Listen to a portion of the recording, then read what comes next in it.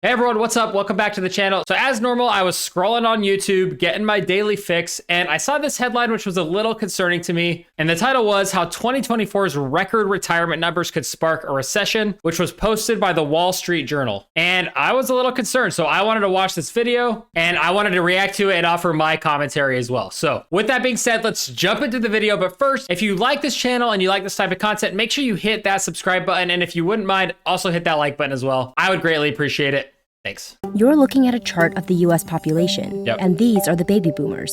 This year, a record number of them will reach traditional retirement age. Yeah, so this is probably obvious for a lot of people. The reason people call old people boomers is because they're part of the baby boomer generation, because I guess either during or right after World War II, there was a record number of births, spurring like a huge population jump in the United States. And still to this day, boomers make up a large percentage of the US population. And the baby boomers are now approaching or at retirement age. 30, they'll all be 65 or older. This is creating a fiscal problem because fewer taxable workers means less money for Social Security. If Congress does nothing, we're going to hit a major crisis. Here's how this demographic shift threatens the future of one of the country's most important government programs, and what can be done to fix it.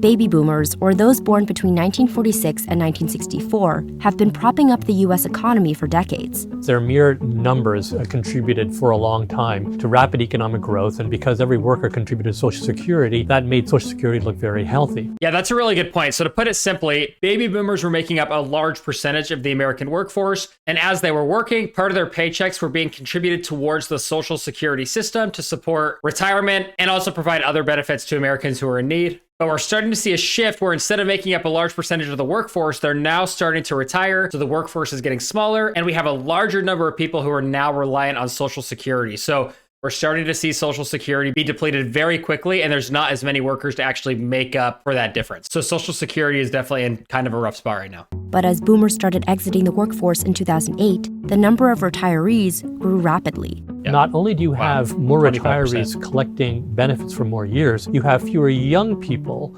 entering the workforce because birth rates were lower for their parents' generation. And that creates a squeeze on both directions. Higher expenses from all those retirees living longer, lower payroll tax revenue from fewer people entering the labor force because of those declining birth rates.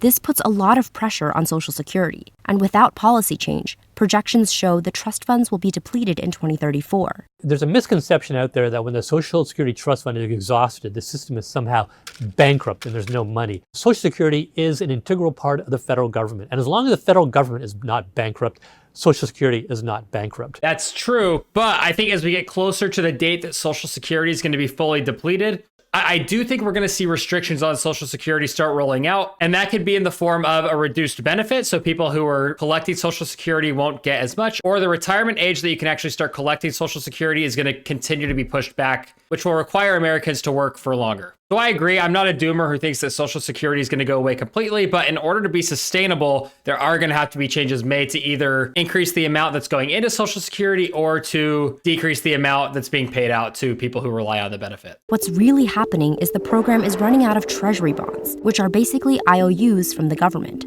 For many years, Social Security was taking in more money than it needed to pay out in benefits, so it lent money to the government to use for other programs, and it got IOUs in return. Around 10 years ago, though, that situation flipped around. For the last decade, we've been paying out more in benefits than we've been collecting in Social Security revenue.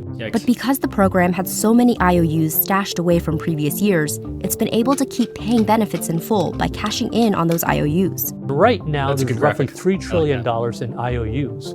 But each year, that $3 trillion stash gets a little bit smaller. By the year 2034, all of the IOUs will have been cashed in. That means retirees would see, overnight, about a 25% benefit cut.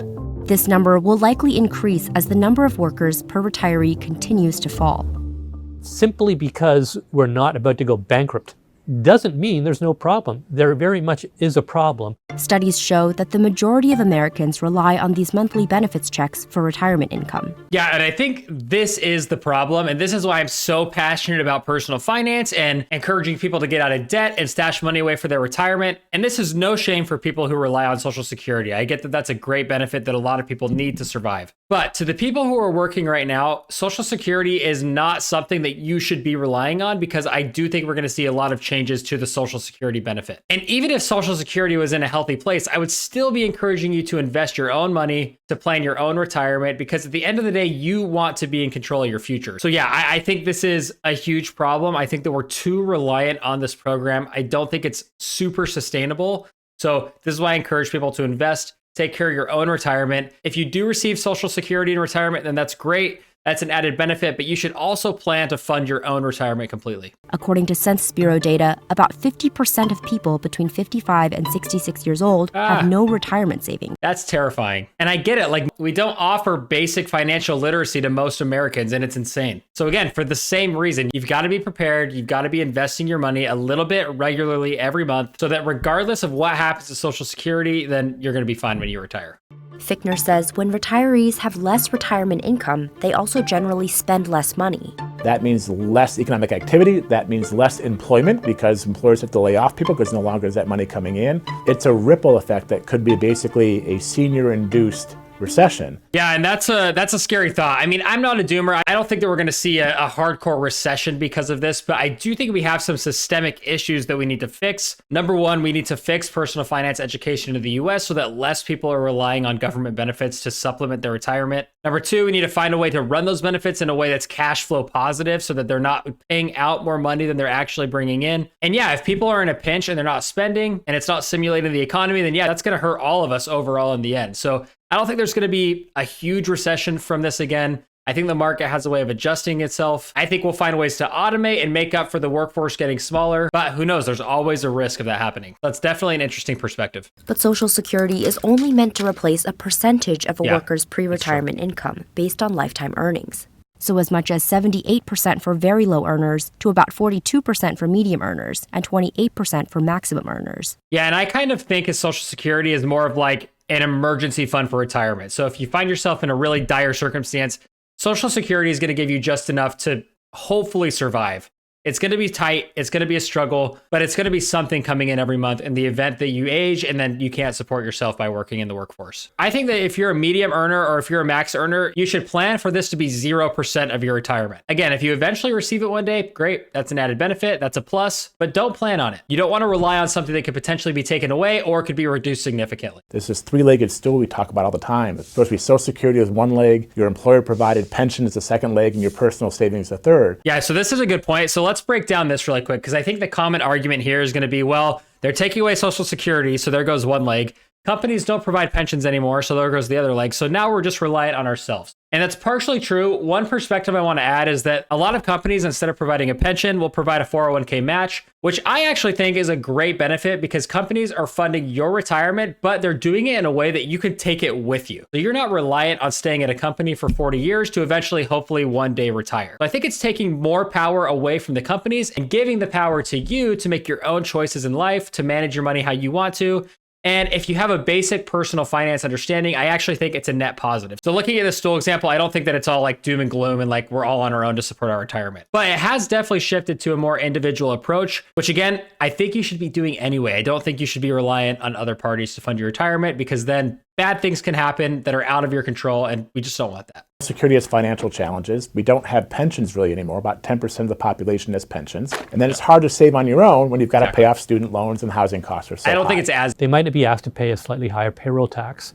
More important, they might be asked to work a little bit longer. If you plan your own retirement, if you invest in your own retirement, then you can retire whenever you want. Someone might be able to ask you to work a little bit longer, but if you have the savings ready, then you don't have to if you don't want to.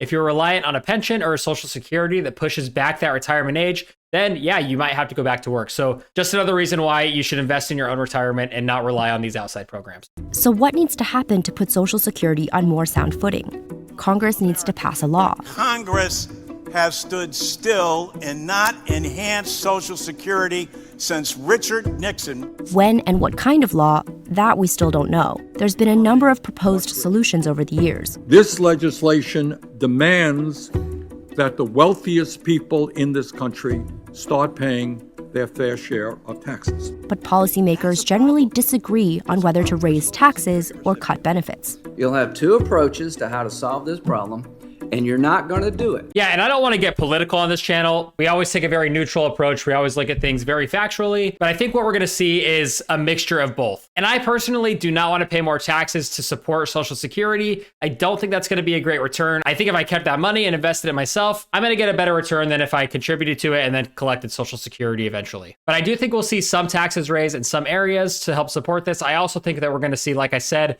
cuts to the Social Security benefit, either in the form of a reduced benefit itself or in pushing out the retirement age to be later on, or a mixture of both. So I agree there's two approaches to it. There's the money coming in and there's the money going out. I don't think you can just look at one as a solution, unfortunately. And the point here is that you shouldn't rely on politicians' decisions when you're thinking about your retirement, because anything could happen. So again, just take matters into your own hands. It's really important that you do that. Instead, Congress is probably going to have to look at a variety of steps which will collectively fix the problem.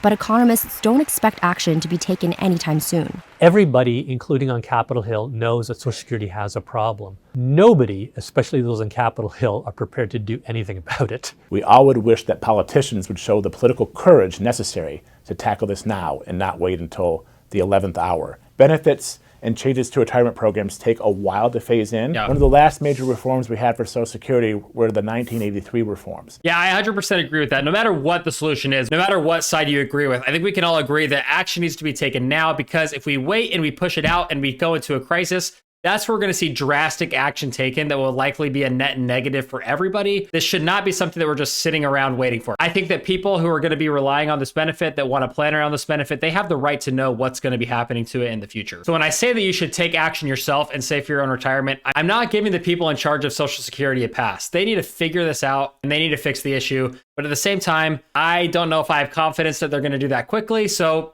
don't plan around it. All right, that's going to do it for this video today. And I want to know what your thoughts are. Do you disagree with my commentary and what my opinions are on this? What are your thoughts on the Social Security benefit? What do you think is going to happen to it? I want to know, and let's discuss. Also, if you like this video, make sure you hit that subscribe button. And if you wouldn't mind, hit that like button as well. I would greatly appreciate it. And we'll see you on the next one. Thanks.